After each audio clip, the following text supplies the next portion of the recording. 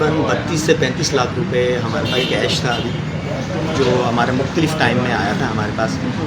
तकरीबन 2 बजे से लेके और अभी तक की हमारी जो कलेक्शन होती है, असल में हम पेमेंटें निकाल देते हैं, लेकिन आज हमने निकाली नहीं पेमेंट कि मुझे जाना था कराची, तो इस वजह से मैं बोला चलो मैं देख लूँगा, जो भी होगा फिर बाद में कर लूँगा। ये तकरीबन जब आए बंदे तो 3 बंदे थे ये। एक ने तो जो है ना वो कुछ भी पहना हुआ नहीं था, बस कैप पहनी हुई थी, ओपिंग था चेहरा उसका।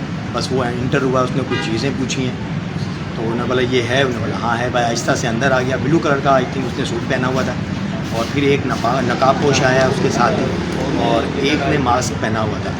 बस जब वो मास्क वाला जब अंदर आया तो फ़ौरन उन्होंने रिपीटर निकाल लिया। ये नहीं पिस्टल थे कि दोनों के पास ही पिस्टल थे? दोनों के पैसे गए हैं या कुछ और भी गया आपके साथ? मोबाइल भी गए, 2 मोबाइल गए, एक आईफोन था जी जी। नहीं S24 और एक नॉर्मल। पैसे कितने गए हैं?